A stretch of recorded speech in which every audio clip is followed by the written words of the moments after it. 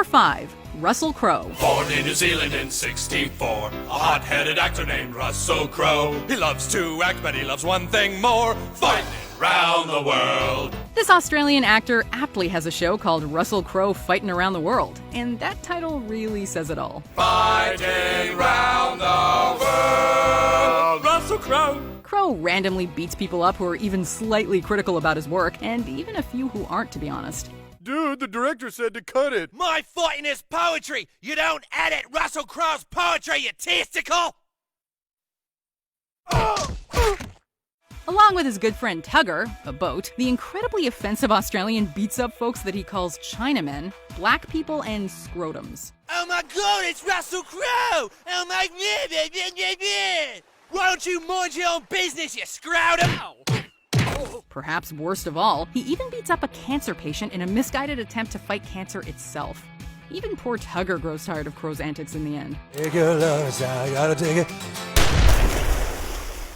Number 4. R. Kelly. I was just standing here, and Tom Cruise locked himself in the closet. And I asked myself, why won't Tom Cruise just come out the closet? This is another quick cameo, but one that blends so well with the episode's hilarious premise that we couldn't bring ourselves to not include it.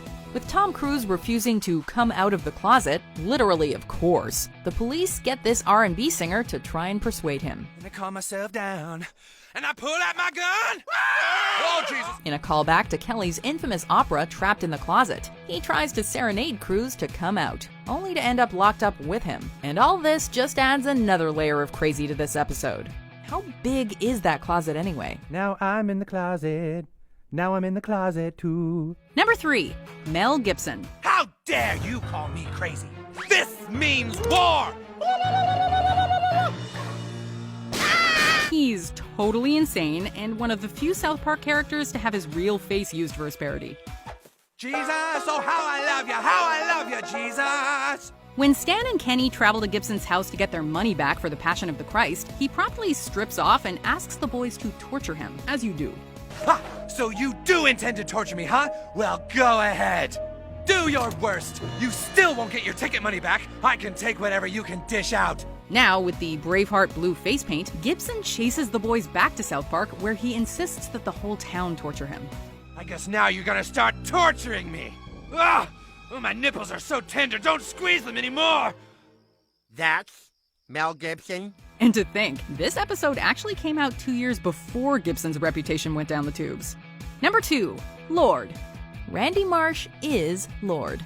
That's about the gist of it. Yet somehow, the way the show approaches the idea of Randy having a double life as the New Zealand pop star makes it work. And then finally I used the auto-tune. Feeling good on a Wednesday, giving me the hope, giving me the hope to go on.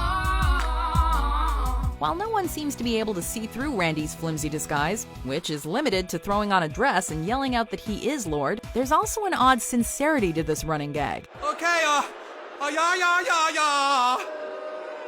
Aside from the obvious joke of having Stan's dad pose as a young female singer, the way the character speaks so highly of her kinda makes us want Randy and Lorde to be the same person. We are sure she was flattered. Oh, right, I forgot to tell you that part. I'm actually Lorde. Number 1. Kanye West. Hey man, I'm a genius, alright? I'm the most talented musician in the world. If I was a homosexual or a fish, I would know. Never have fish sticks been so funny. Well, unless you're Yeezy. No, because you said you like fish dicks, Kanye. Don't you get it?